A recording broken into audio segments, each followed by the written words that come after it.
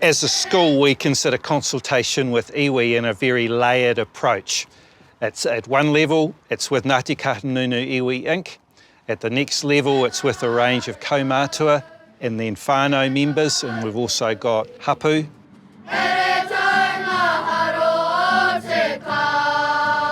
Started and built off the base of the relationship we had with our whānau Māori.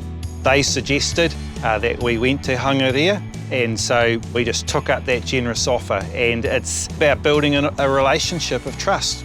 They need to trust us as they tell us, the pūrākau, the whakapapa, that we will treat it with the respect and the dignity that it deserves. And so we've just continued to build that. We've built it by taking our staff there for their professional learning, and then we just carry on and build our own learning on that.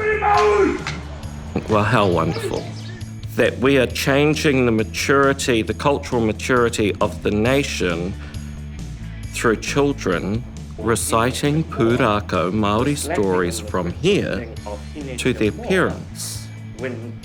And now from the school have developed their whole approach based on the whakatauki, here taunga hauku nui, here taunga ararau, here taunga haro o te kāhu, which comes from this place, this very whare. So here taunga ararau, simply put, I think acknowledges diversity, whether it's in education, in community, and culture. Here taunga hauku nui acknowledges the waterways underground, above ground, from the heavens that sustain this place where we live and where we grow up. Here taunga haro te kāhu acknowledges the beauty of this landscape that once upon a time was only ever seen through the eyes of our birds, our manu. There are essentially 5 components to that whakatauki that can be recognised in an individual capacity or in a collective capacity to come together as one. So what's the name of the maunga directly east to us from here? Ko te mata o Rongokaho. Probably the first step was involving whānau in the process, not just the Board of Trustees whānau, but the wider school whānau, and connecting with a wider extended whānau of the students here, whānau across the wider community in general. Success is children knowing who they are, where they come from. So if you start there and help our tamariki to identify with the kaupapa that is in their spaces, they're already going to feel like, oh, this is me, I know this. You know, I've been there, I know about that. My nanny's told me this, my papa's told me that. So they're already feeling good, so they're just going to keep learning. Take in all the different maunga, pai maunga, and imagine tupuna coming to this place.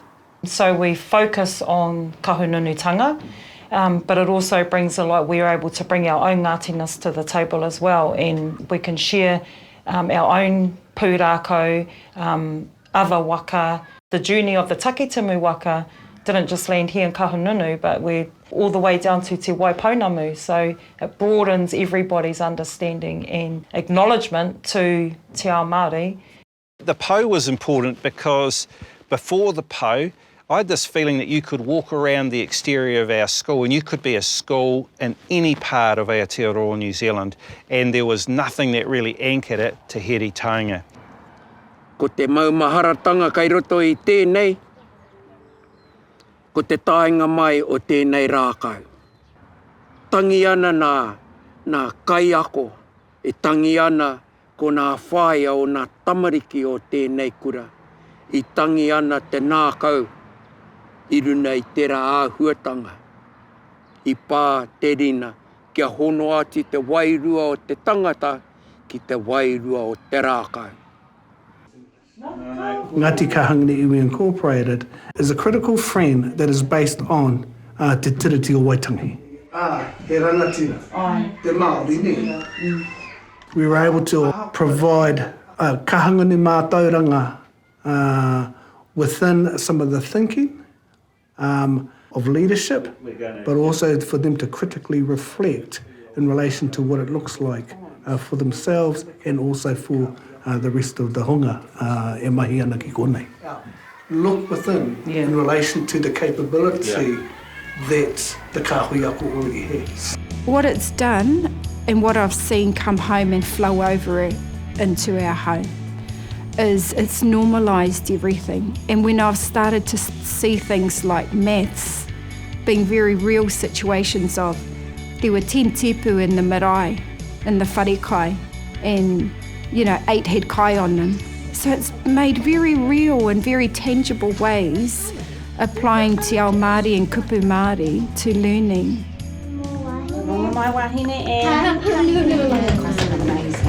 Now the senior school come, and the senior school welcome the junior school, and our Pakipaki Kura come and welcome the senior school as well. So there's a great show of unity and strength, and they do come as a community. The parents come, and for many of the non-Māori parents, this is the first time they've been to a pā.